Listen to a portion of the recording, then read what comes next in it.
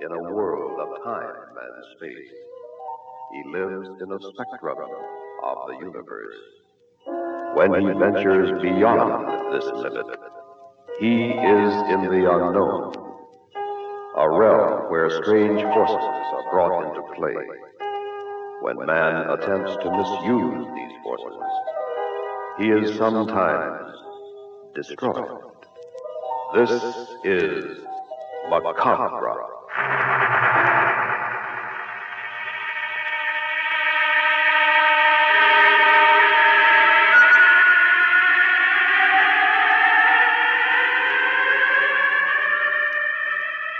The Far East Network presents, in special performance, Macabre.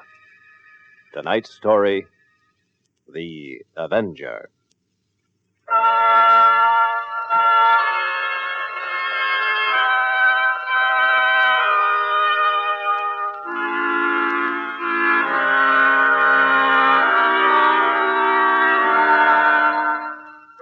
The night is warm and dark, except for the moon vainly trying to pierce a thickening sky.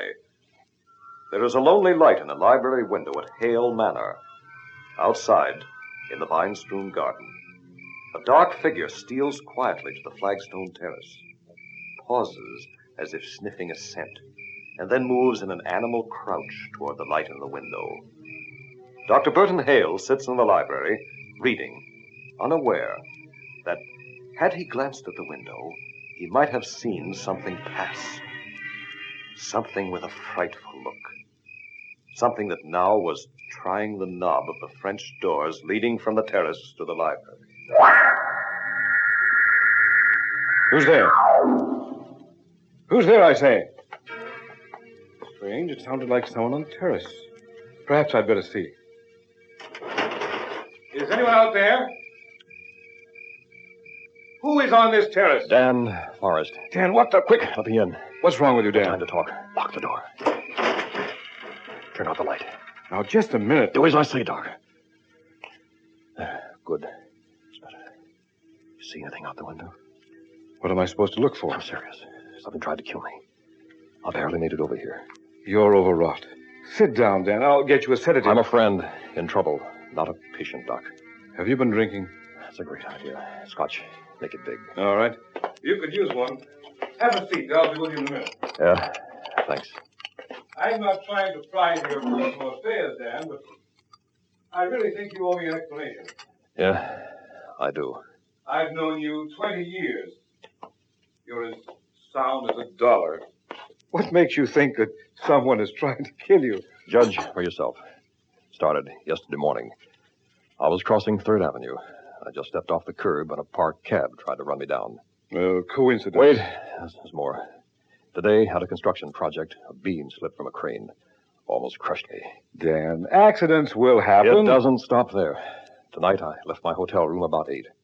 I walked past a dark alley. A shot rang out. Bullet missed by inches. I hopped into my car, made a mad dash for your place. But whatever is after me followed. It's out there, in your garden. Oh, this shot may have been a backfire. With a ricochet? Have you any idea who it might be? No. Dan, people need reasons to kill. You've never hurt anyone in your whole life. You're alarmed over a set of coincidences. I tell you, something followed me here. Could have been a policeman. You know, you did look like a burglar. I was afraid I'd be a target in front, so I came through the garden. What's that? Came from the terrace.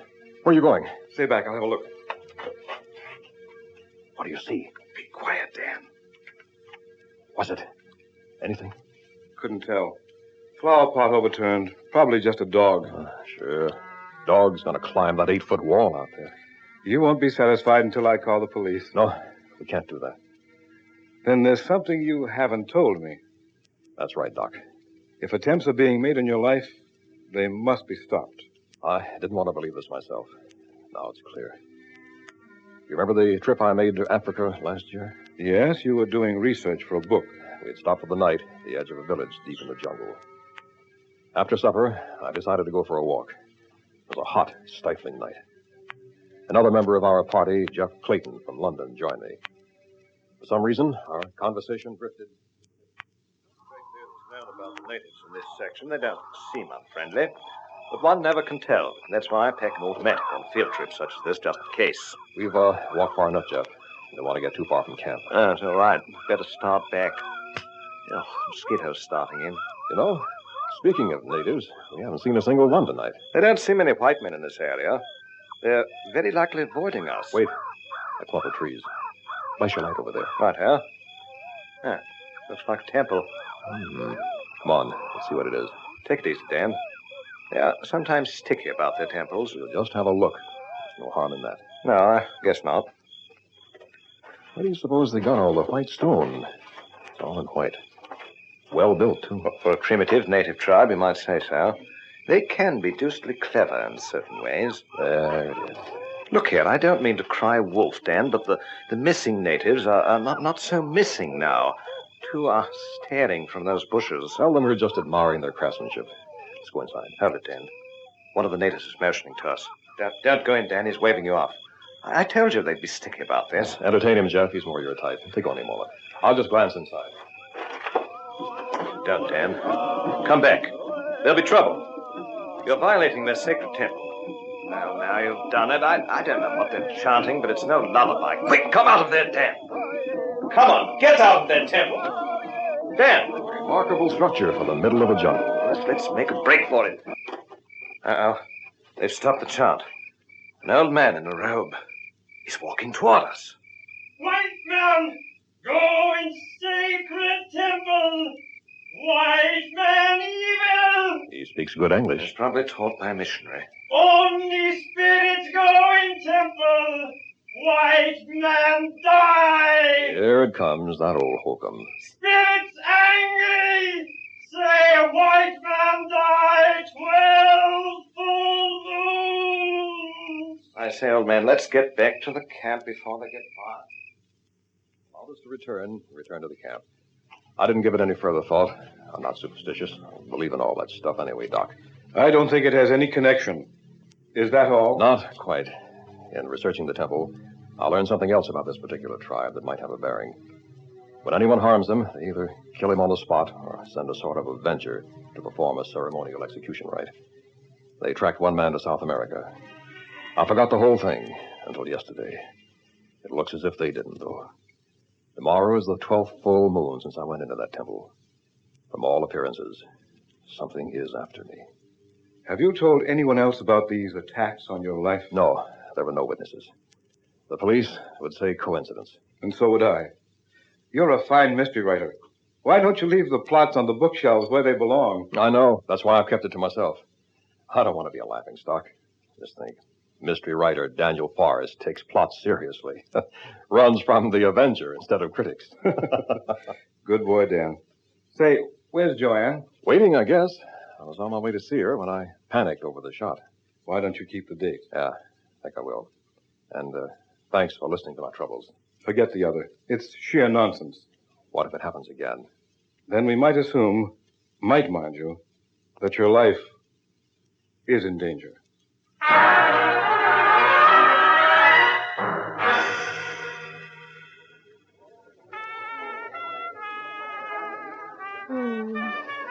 You dance divinely, darling. Yeah, I guess I do. Dan, are you all right? Huh? You seem 1,000 miles away tonight. Look, young lady, I'm relaxing. Close your eyes. Enjoy the music. You never did say why you were so late. Joanne, I have other things to do besides court you. I was busy. Speaking of courting, we've known each other 4 months. We had planned to set a date. I hadn't forgotten. But it'll have to wait a few days until I settle something. My poor darling, you are worried. Tell me what it is. No, it's nothing, really. And hold me close. You can't dance and worry, too. Joanne, I do love you. I might allow you to kiss me, if you've tried. Dan, was anyone supposed to meet you here tonight? Of course not. What a ridiculous question. I felt watched all evening. I told you not to wear that dress. I'm serious. Isn't that someone sitting at our table? Yeah. It would be in the shadows. Can't tell whether it's a man or woman. Come on. Such a crowd on the dance floor. Pardon us, please. May we get through? Hang on, Halfush. We're in a hurry. Let us by, please. There's our table, Dan. It's empty. They've gone. That's strange. We both saw someone sitting there, didn't we? I thought so. If I could just have seen who... Look, a burning cigarette. There was someone here. American brand. Doesn't tell us a thing. Dan, please. Is there anything wrong? I have to admit, Joanne, I'm afraid there is. Well, what is it, darling? Take a cab and go straight home. Without you? Go ahead. I'll call in the morning and explain. But, Dan, I don't understand. You want to get home, don't you? Yes, of course. Go, but... Joanne, while you can. Before they decide to get you, too.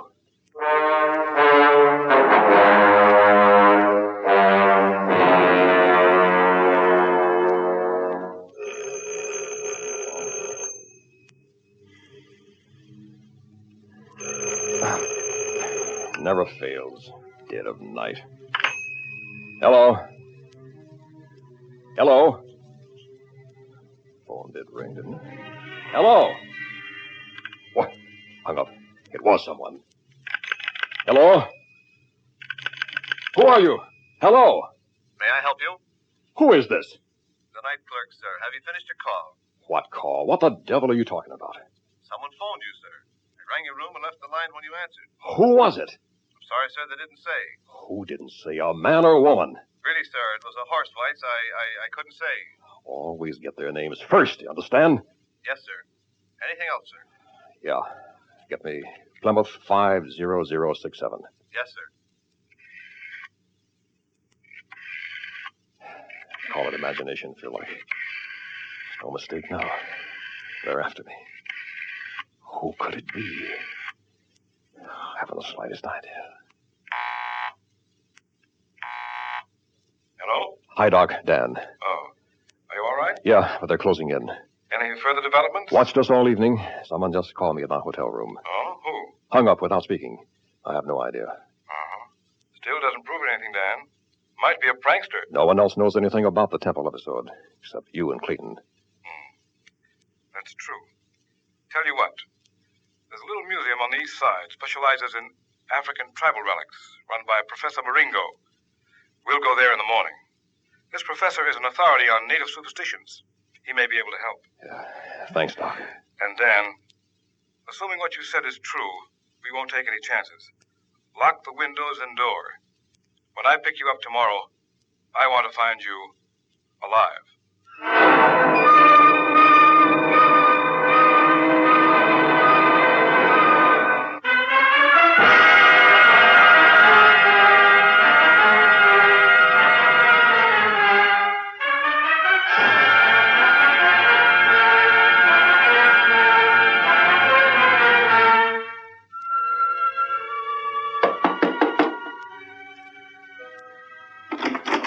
Yes? Professor Meringo? Oh, Dr. Hale and Mr. Forrest. Come in, come in. We'll try not to take too much of your time. Not at all. Won't you sit down? Ah, thank you. I told you the basic problem on the phone. Mr. Forrest here can fill you in further. I've read your books, Mr. Forrest. Very good. Yes, indeed. What is happening to you is like a book come true. Improbable, but true. Are you familiar with the tribe I offended? Let me say I know something of them. The fact they are primitive in no way dulls the intensity for their way of life. They are quiet, unassuming people, fervent believers in their own ideology. Mr. Forrest, do you know what spells and death prayers are? I have an idea. They are very real, indulged in by these primitive people. By these methods, they have been known to kill halfway around the world. I'm not saying you are under attack. However, if you violated the temple, you will not go free. A curse of 12 moons means you will die on the night of the 12th full moon. Or, pardon the direct reference, tonight. Now, I'm not telling you this will happen. I'm only saying it is possible. You think they meant what they said? I'm afraid they do. I can tell you in a few moments if you are under a prayer of death. Princess Ulanga lives with me. I rescued her from this same tribe. She became an outcast for some reason and was about to be killed. Princess! Come here, my dear. Princess, this is Daniel Forrest. How do you do? Excuse me. Before I could rescue her, They had cut out her tongue. Good Lord. Mr. Forrest violated your tribe's sacred temple. They have cursed him with death. Do you feel a spell on him? She says she will test you.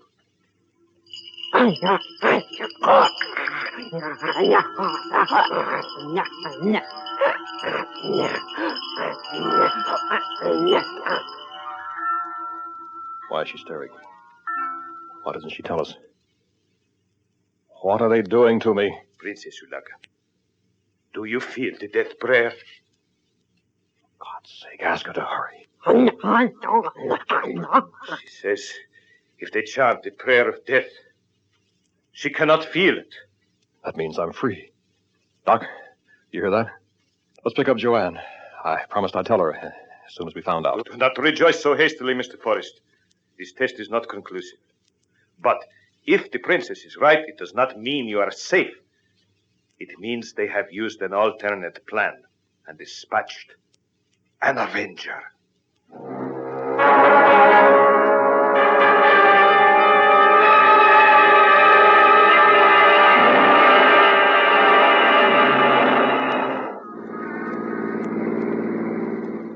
Well, right back where we started, eh? But there's still no evidence they planned to harm you. Maybe this is all wasted motion. We're taking it too seriously. What if they do? Then you're in a peculiar position, Dan. The Avenger may be a perfect stranger, or anyone you've met in the past year. You'll have to be on guard against everyone. Even Joanne? Even Joanne. My God. It's frightening, Doc. Where are you meeting Joanne? At the Low State. The theater. Yes, the Great Cardona, a mentalist, is playing there. An old classmate of Joanne's. I thought he might be able to help me. I asked her to arrange an interview. Uh-oh. What's the matter? Count me in. What? I had to be sure, Dan. Now I am. You're not making sense. We're being followed. Where? Black sedan, second car back. Can't tell who's in it. Keep your appointment with Cardona. Then go to your hotel and stay there. I'll check with you later. If they move in, it'll be tonight. I'm glad you're with me. I'm a doctor. I'm with anyone, Dan, who's fighting for his life.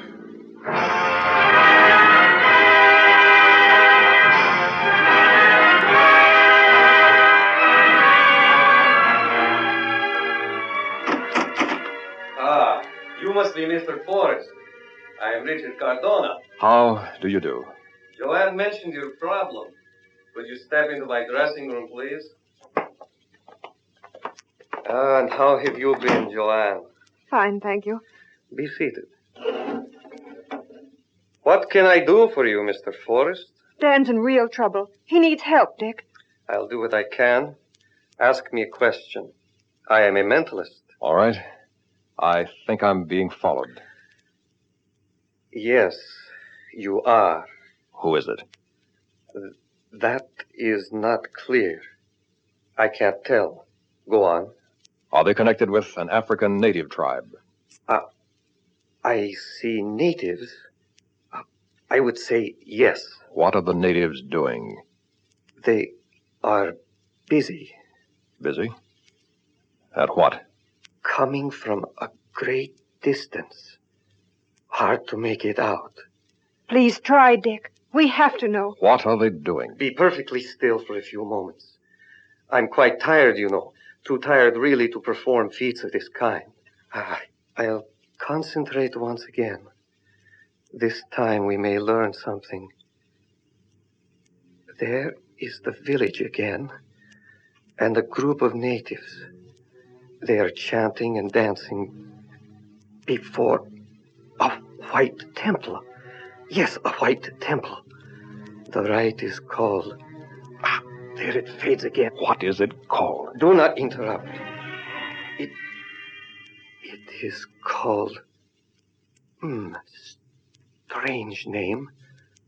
The Curse of the 12 Moons. Oh, this couldn't possibly concern you, Mr. Forrest. I shouldn't invade the privacy of their rite. What else can you see? It's merely a death watch common to the natives of the jungle. They're avenging themselves against an evildoer. Just a moment. I may be able to see more. Let me slip into a deeper trance. You really went into a deep one. Look how pale he is. That's dangerous. Dick, please be careful. What's he staring at? Dick, stop it. Come out of it. I'm all right. What did you see? Joanne, do you love this man? Yes, I do. I ask you a question. My friend, I am sorry for you. For both of you. What did you see? The angel of death. You will die tonight.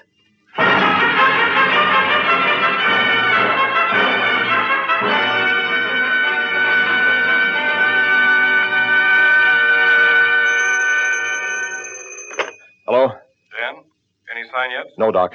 Very quiet here. Good. Now stay in that hotel room and don't let anyone in. Understand? Your life may well depend on it. Doc, the windows and doors are locked. Barricaded. I'm sitting in the dark by the phone. If someone should get in, this 45 automatic will end his troubles. I'm across the street from your hotel at an all-night lunch counter. Your room is on the 3rd floor. I can see the windows. I'll watch from here and call you back in case something does make a try for you. It's 11:30. Be careful and stay awake. I'm not likely to do anything else. Thanks, Doc. Don't let anyone in. That's very important. You've got to be realistic, Dan. We don't know who it is. I know. Good luck, my boy. Thanks. Bye, Doc. Doc's right. I'm in worse shape than a prisoner in the gas chamber. At least he knows who's going to kill him, how, and when.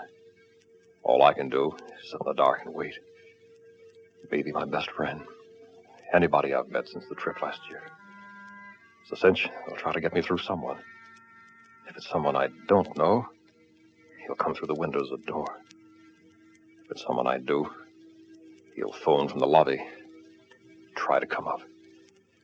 I just have to wait, see which it is.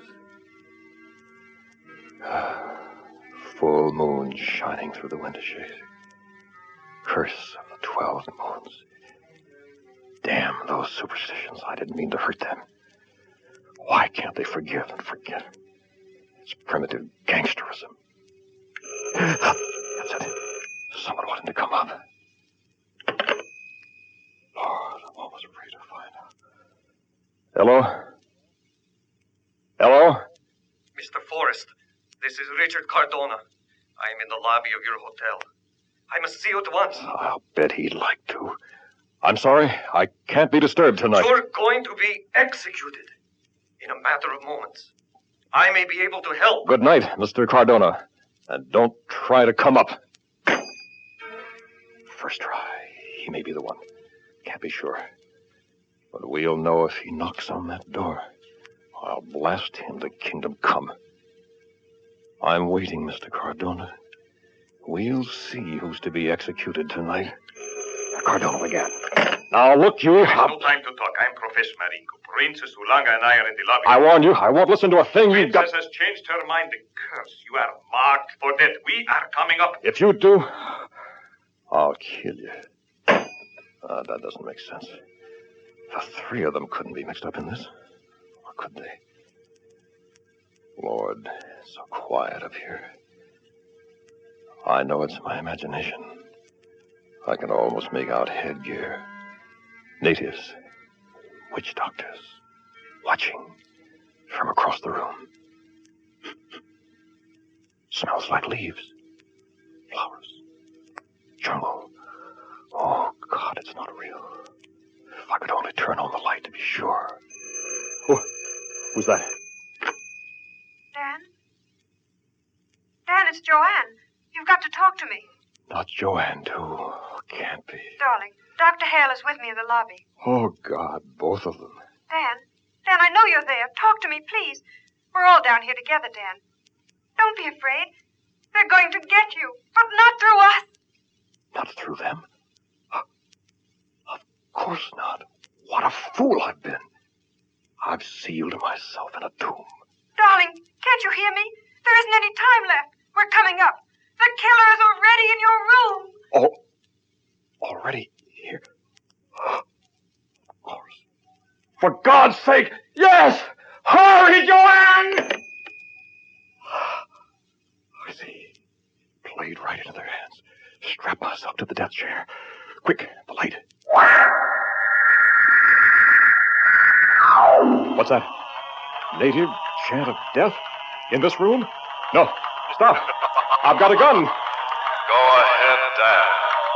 Use it. A voice. Where are you? Right here. Inside you. Who are you? Man is really in two parts, Dan.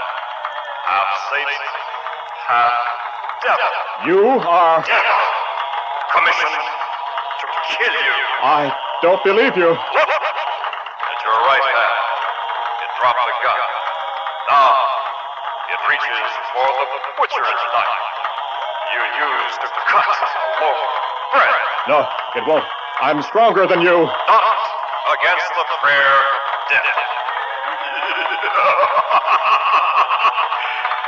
You're weak, Dan. You should have spent more time developing your better half. This isn't real. I can't be struggling with myself.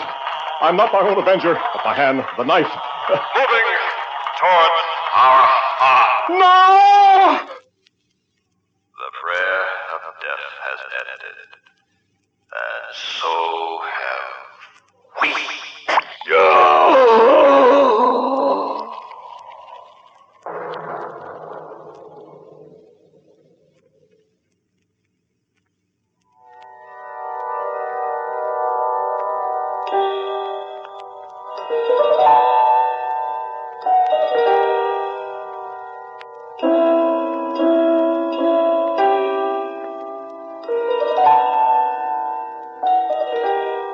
You have just heard Macabre, a special Far East Network presentation.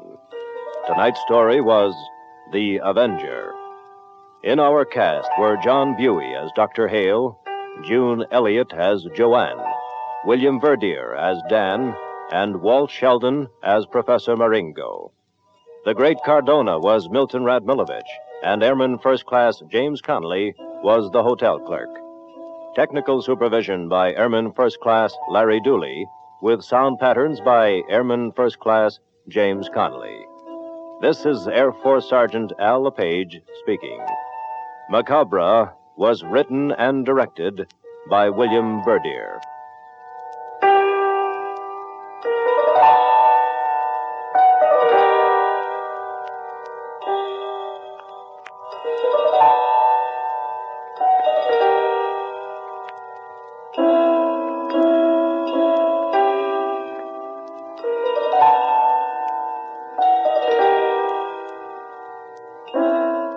Macabre comes to you each week at this time through the worldwide facilities of the United States Armed Forces Radio and Television Service.